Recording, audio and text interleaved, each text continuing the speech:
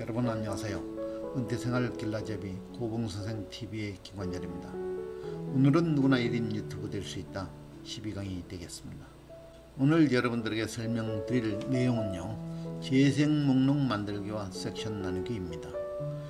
이것은 그동안 여러분들이 제작하여 업로드된 유튜브 영상을 깔끔하게 정리하기 위해서 필수적으로 요구되는 사항입니다. 이 부분이 초보자들에게는 매우 혼동되는 부분이 있습니다. 다시 말씀드리면 재생 목록과 섹션 나누기에 대한 그 관계가 잘 이해를 하셔야 작업이 쉬워진다는 것입니다.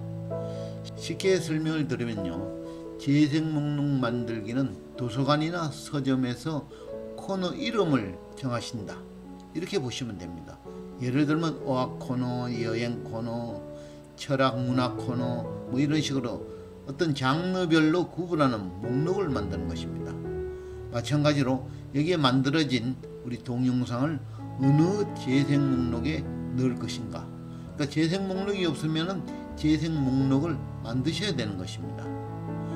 그 다음에 섹션 나누기는 이렇게 나눠진 재생 목록을 실질적으로 어디에다가 어떻게 설치해 가지고 어떤 순서로 배열을 해 가지고 다른 구독자가, 다시 얘기하면 서점 같으면은 이 책을 사러 온 그런 고객들이 어느 코너로 가 가지고 그 책을 구입할 수 있는지 실질적으로 배열을 한 그 사항을 섹션 나누기라고 보시면 되는 것입니다. 만약 섹션이 없다면 그 섹션을 추가로 확보를 해 주셔야 되는 것입니다. 그래서 콘텐츠의 종류를 선정하고 레이아웃 방법을 결정한 후에 그 재생 목록을 찾아주면 신기로 어떤 위치에 섹션이 만들어지는 거죠. 자, 그럼 재생 목록 만들기와 섹션 나누기를 실질적으로 한번 해보도록 하겠습니다. 자, 이렇게 유튜브의 홈 화면에 들어오시면은 내 채널을 선정을 합니다. 내 채널을 선정하시면요, 채널 맞춤 설정과 유튜브 스튜디오라는 게 있습니다. 유튜브 스튜디오라는 것은 유튜브를 만드는 최종 작품이 나올 때까지 모든 작업을 하는 공간을 유튜브 스튜디오라고 보시면 되고요. 채널 맞춤 설정은 이렇게 만들어진 그런 동영상을 어떻게 이름을 붙이고 어떻게 배열을 할 건가 하는 그런 코너라고 보시면 됩니다. 그래서 채널 맞춤 설정으로 이렇게 들어가시면요, 자, 여기 보시면은 왼쪽에 중간 정도에 보면은 홈 동영상 재생 목록 채널 토론 정보라는 게 있습니다. 여기에 재생 목록으로 들어가십니다. 재생 목록으로 들어가면 지금까지 제가 만들어 놓은 그런 재생 목록이 있습니다. 이 중에는 동영상을 넣은 것도 있고 아직 동영상을 넣지 않은 그런 재생 목록도 있습니다. 예를 들어 가지고 여기 누구나 1인 유튜브 될 수 있다는 지금 6개의 동영상이 지금 올라가 있고요. 고봉선생의 중국어 한마디는 19개의 동영상이 올라가 있습니다. 혼자서도 잘 즐기는 삶 소개는 지금 5개의 동영상이 올라가 있습니다. 그 다음에 저자 직접 특강 은퇴준비 지침서는 지금 5개가 올라가 있습니다. 그리고 지금 독서는 나의 힘, 이런 부분은 지금 아직 올라가 있지가 않습니다. 그러니까 우리 가족 만세라는 그런 하나의 재생 목록을 만들었다면 이 만들기로 들어가시면 됩니다.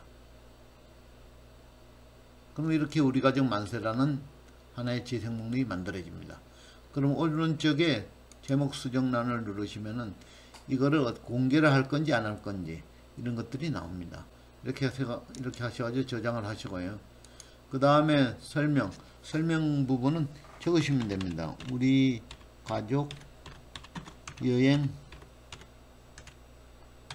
일기 뭐 이런 식으로 쭉 적으셔가지고 저장을 하시면은 새로운 재생 목록이 탄생을 하는 것입니다.